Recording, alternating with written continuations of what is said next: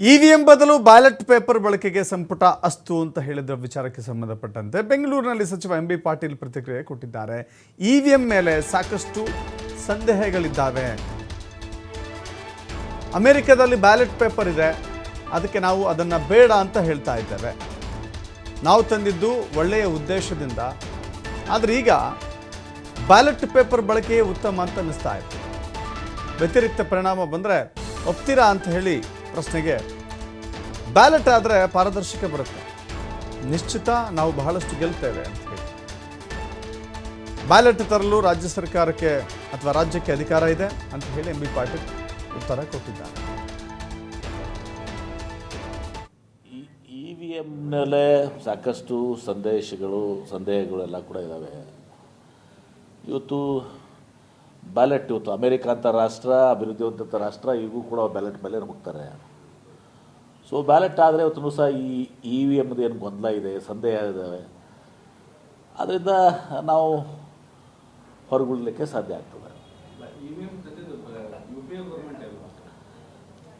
ತಂದಿದ್ರು ಕೂಡ U P A government ಅದನ್ನು ಮಿಸ್ಯೂಸ್ ಮಾಡ್ತಾ ಇರೋದು ಬೇರೆಯವ್ರದಾರೆ. ತಂದಿರೋರು ನಾವಿರ್ಬೋದು, ನಾವು ತಂದಿದ್ದು ಒಳ್ಳೆಯದು ಉದ್ದೇಶಕ್ಕೆ ತಂದಿದ್ದೀವಿ. ಆದರೆ ಅದನ್ನು ಈಗ ಈ ಆಧುನಿಕ ಇದರಲ್ಲಿ ಇನ್ನು ಮುಂದೆ ಇನ್ನೂ ಕಷ್ಟ ಬರ್ತವೆ. ಎ ಐ ಬಂದಮೇಲೆ ಎಲ್ಲ ಕ್ವಾಂಟಮ್ ಕಂಪ್ಯೂಟಿಂಗು, AI ಎಲ್ಲ ಬಂದಮೇಲೇನು ಭಾಳಷ್ಟು ಡಿಸ್ರಪ್ಟ್ ಆಗ್ತವೆ ಎಲ್ಲನೂ ಕೂಡ. Ballot is better. ಒಂದು ವೇಳೆ ಸರ್ ಬ್ಯಾಲೆಟ್ ಪೇಪರ್ ಕೂಡ ಫಲಿತಾಂಶ ಕಾಂಗ್ರೆಸ್ ವ್ಯತಿರಿಕ್ತವಾಗಿ ಬಂದರೆ ಕೂಡ ಅವಾಗ ಒಪ್ಕೊಳ್ತೀರಾ?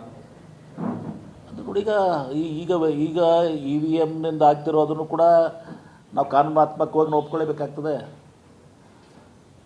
ಬ್ಯಾಲೆಟ್ ಆದರೆ ಇನ್ನೂ ಪಾರದರ್ಶಕ ಬರ್ತದೆ. ಗೆಲುವು ಸೋಲು ಒಪ್ಕೊಳ್ಳುವಂಥದ್ದು ಈಗಲೂ ಇದೆ, ಆಗಲೂ ಇರ್ತದೆ.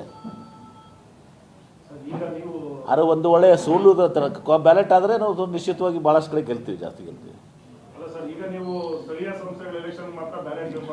ಸ್ಥಳೀಯ ಸಂಸ್ಥೆ ನಮಗೆ ಅಧಿಕಾರ ಇದೆ, ರಾಜ್ಯಕ್ಕೆ ಅಧಿಕಾರ ಇದೆ. ಇಲ್ಲಿ ನಾವು ರಾಜ್ಯ ಸರ್ಕಾರ ತೀರ್ಮಾನ ಕೈಗೊಳ್ಬೋದು. ಆದರೆ ಉಳಿದ ಇಲೆಕ್ಷನ್ಗಳಿಗೆ ಮತ್ತೆ ಅದು ಇಲೆಕ್ಷನ್ ಕಮಿಷನ್ನು ಇವತ್ತು ಸಹ ನಿರ್ಣಯಗಳು ತಗೋಬೇಕಾಗ್ತದೆ. ನಮ್ಮ ಕೈಗೆ ಅಧಿಕಾರ ಏನಿತ್ತು ಅದನ್ನು ನಾವು ಮಾಡಲಿಕ್ಕೆ ಇವತ್ತು ಸಹ ಕ್ರಮ ಕೈಗೊಳ್ಬೋದು. ನೋಡೋಣ, ಇವತ್ತರ ಪ್ರಸ್ತಾವನೆಗಳಿದ್ದಾವೆ, ಮಾತಾಡ್ಬೋದು. ಎಚ್ ಕೆ ಪಾಟೀಲ್ ಹೇಳಿದಾರಲ್ಲ,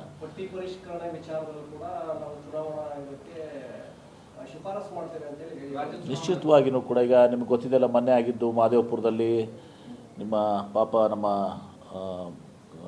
ರೆಹಮಾನ್ ಖಾನ್ ಅವರು, ಮನ್ಸೂರ್ ಅವರು